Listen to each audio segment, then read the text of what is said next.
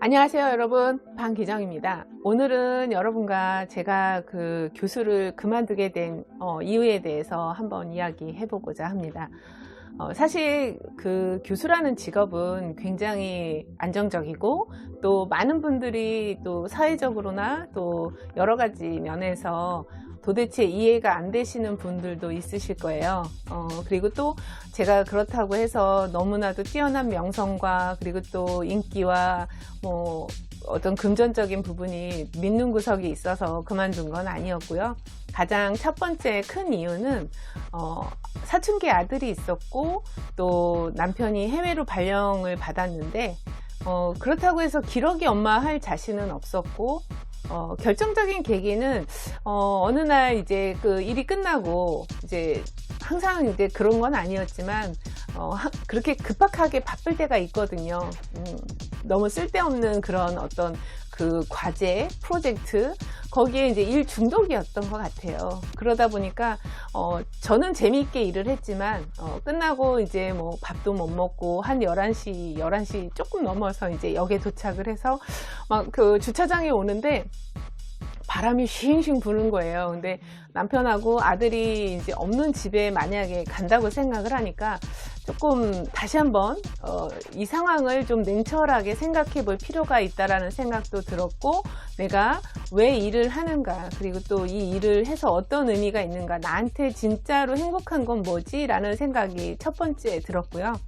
두 번째는 그 사춘기 아들이 이제 가게 되다 보니까 이제 그렇게 되면 이제 바로 대학을 가고 이제 성인이 되는 그런 길목에서 중요한 2년 3년 그 시간을 저하고는 이제 아들이다 보니까 이제 정말로 뭐 유학도 가고 다들 이제 결혼도 하고 직장도 가게 되는 그런 상황에서 이제는 정말 같이 있을 시간이 많지 않겠구나 라는 생각이 들다 보니까 저한테는 정말 중요한 3년이었고, 그 다음 저한테도 중요한 그런 그 진급의 기회, 그리고 또 좀 사회적으로나 뭐 이게 더 안정적인 그런 위치가 될 수도 있는 상황에서 아들한테는 그 일생일대 평생에 한 번 있는 그 시간을 저하고 같이 있는 추억이 없겠구나 라는 생각을 하게 됐습니다.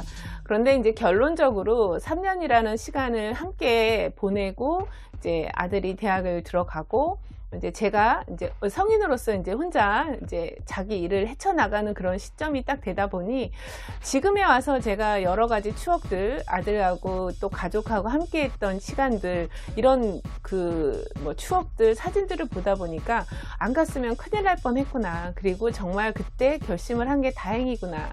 그리고 또 한동안은 교수를 그만두고 조금은 뭔가를 해야 되지 않을까라는 그런 조바심, 그리고 굉장히 겁이 났죠. 그리고 50 넘어서 이 나이에 창업을 한다는 거, 그리고 새로운 일을, 지금까지 익숙했던 일, 내가 너무나도 잘했던 그런 일들을 뒤로 하고 바보같이 뭐 조금은 자책하는 일들, 그리고 또 처음 하는 일들, 그리고 많이 미숙한 그런 부분들을 보여주기 싫은데 그런 부분들을 어쩔 수 없이 보여줘야 되고, 또 아직 그래서 창업 어린이라고 해서 창민이라고 한다면서요.